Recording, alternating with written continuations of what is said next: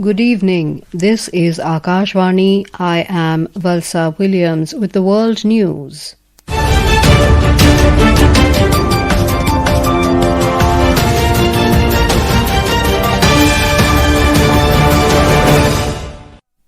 The headlines.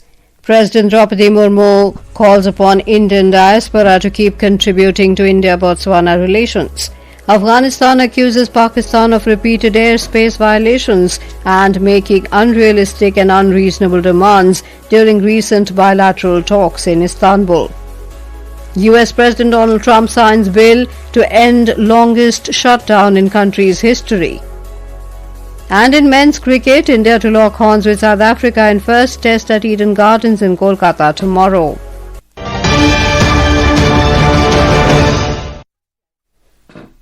President Droupadi Murmu has said that India is undergoing a transformation to become Vikasit Bharat by 2047 and added that the diaspora is also an integral part of this development journey. Addressing the members of the Indian community in Botswana today, she said their achievements are India's pride and their success raises India's stature. She urged the community to keep contributing to India-Botswana relations.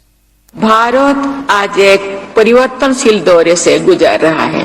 हमारे युवा और प्रतिभाशाली जनसंख्या, मजबूत अर्थव्यवस्था और नवाचार की भावना हमें 2047 तक एक विकसित राष्ट्र बनाने के लक्ष्य की ओर से जा रहे हैं। Digital India, make in India, startup India और स्वच्छ भारत जैसे पहले भारत को नई ऊंचाइयां तो पहुंचा रहे हैं।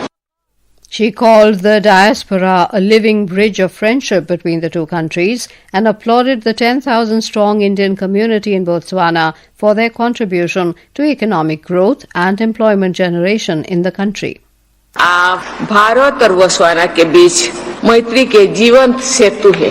यहाँ लगभग 10,000 भारतीय विभिन्न क्षेत्र जैसे कि शिक्षा, स्वास्थ्य, लेखा, व्यापार और उद्योग में सक्रिय है। आपकी मेहनत, ईमानदारी और समर्थन ने आपको बोत्सवाना समाज में सम्मान और स्नेह दिलाया है। साथ ही अपने स्थानीय रोजगार और कौशल विकास में भी महत्वपूर्ण भूमिका निभाए हैं।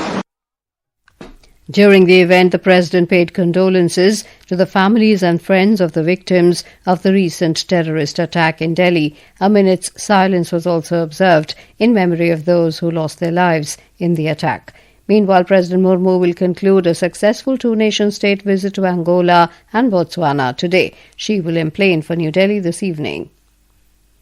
Ministry of External Affairs Secretary East P. Kumaran met Chile's Vice Minister of International Economic Affairs Claudia Sanhueza in Santiago to discuss ways to strengthen bilateral partnerships between India and the South American country. According to the Indian Embassy, both sides reaffirmed their commitment to deepening economic engagement. The meeting reviewed trade expansion, digital public solutions, and pathways for an equitable, modern, and mutually beneficial comprehensive economic partnership agreement between the two countries. Mr. Kumaran also held discussions with the Under-Secretary of Health of Chile on diversifying bilateral engagement in health and pharmaceuticals, traditional medicines, and yoga. Afghanistan's Foreign Minister Amir Khan Muttaqi has accused Pakistan of repeated airspace violations and making unrealistic and unreasonable demands during recent bilateral talks in Istanbul. In a strongly worded address today, Foreign Minister Muttaqi asserted that Afghanistan would defend its sovereignty if provoked.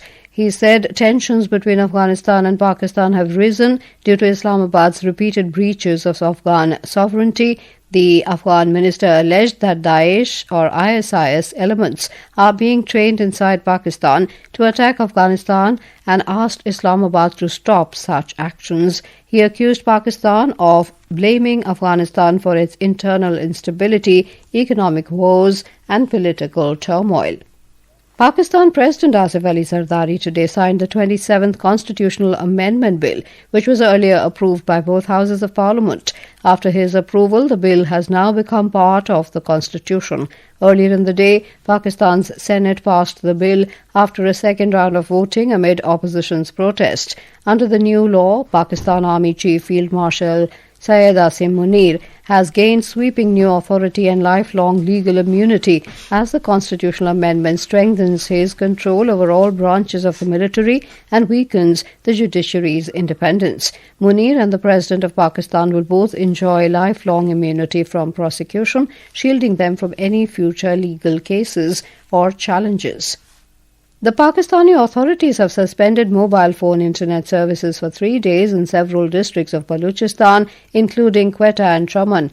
The suspension has disrupted communication, business activity, and daily life of residents in Balochistan. Authorities say they have halted mobile data services in Quetta as part of precautionary measures.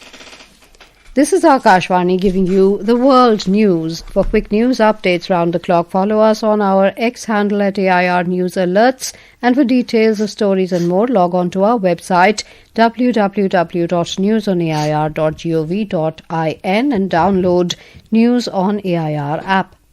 Welcome back to the world news. The longest government shutdown in the U.S. has ended with President Donald Trump signing the legislation passed by Congress to temporarily fund federal operations. The standoff between the Republicans and the Democrats that paralyzed the government for 42 days broke yesterday when the House of Representatives voted to approve the legislation passed by the Senate to end the stalemate. It was a setback for the Democrats, whose demands about extending subsidies for the health insurance program passed during former President Barack Obama's tenure and is popularly known as Obamacare was not accepted.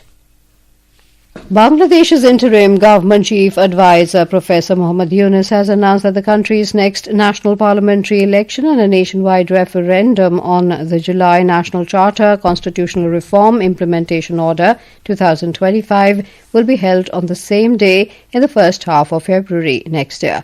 In a televised address to the nation today, Professor Yunus said the move was aimed at making the electoral process more participatory, festive and cost-effective. He emphasized that holding the referendum alongside the parliamentary election would not hinder the reform process, but rather help accelerate the country's transition towards a new constitutional framework.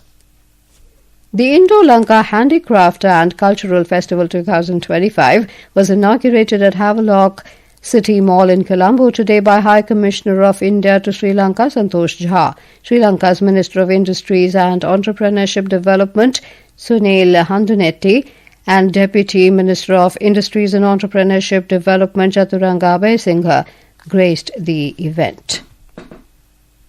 In men's cricket, India will be looking to maintain their winning run in the longest format of the game when they face South Africa in the first test at the iconic Eden Gardens in Kolkata from tomorrow till November the 19th.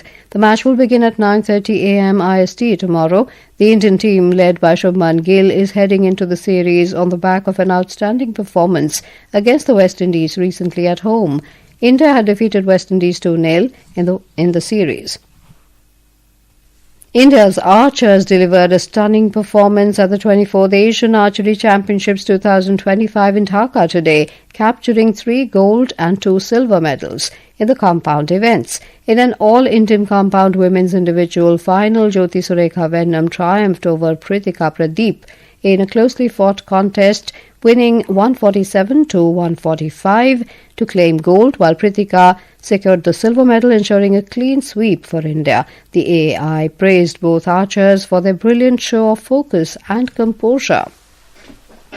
And now, before we close, here are the highlights of the bulletin. President Droupadi Murmu calls upon Indian diaspora to keep contributing to India-Botswana relations. Afghanistan accuses Pakistan of repeated airspace violations and making unrealistic and unreasonable demands during recent bilateral talks in Istanbul. US President Donald Trump signs bill to end longest shutdown in country's history. And in men's cricket, India to lock horns with South Africa in first test at Eden Gardens in Kolkata tomorrow. That concludes tonight's world news. For more updates, stay tuned to Akashvani. Good night.